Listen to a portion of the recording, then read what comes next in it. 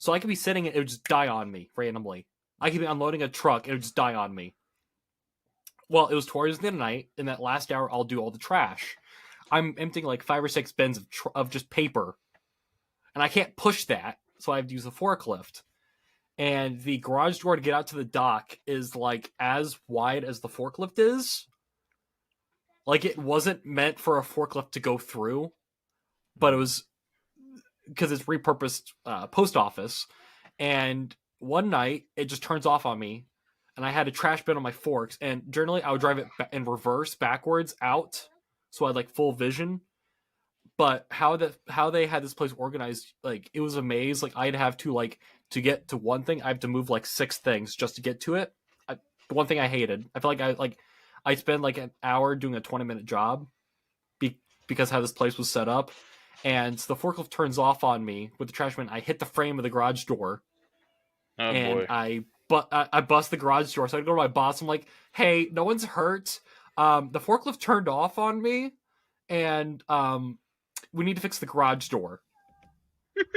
And she's like, okay. Like, she's very stern, very serious, and she's like, okay. Like, she totally understood because she knew it was happening. Like, it never got fixed, I don't think. The whole time I worked there. I'm like... But you were dreading that conversation, weren't you? I was. I was like, oh, this is how I get fired. This is how I lose my... This is it. Yeah, I'm done. Yep. One stupid mess up to be for no reason whatsoever. That was fun while it worked. License away. Sheesh. Oh, yeah. And then they still expect to you be to get on a fair, forklift and do the thing. Oh, yeah. So I earned the nickname Crash there. So, which then transferred to the job. It transferred to the job I work at now, where again I have to drive a forklift. Yeah. And to be fair, I'm the better forklift drivers of the people I work with, because some of them are known for doing recreational drugs on their breaks, and then come in and are driving around on heavy equipment. I'm just like, I don't trust you for a second. Like, no, no, I'm like, no, I don't trust you at all. It's like the You're time right now. I tell you, you need to feel bad. You know. It's like the time. This is one of the many times I got left in charge.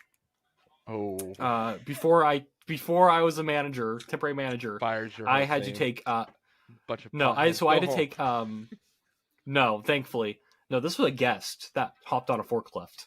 Oh wow.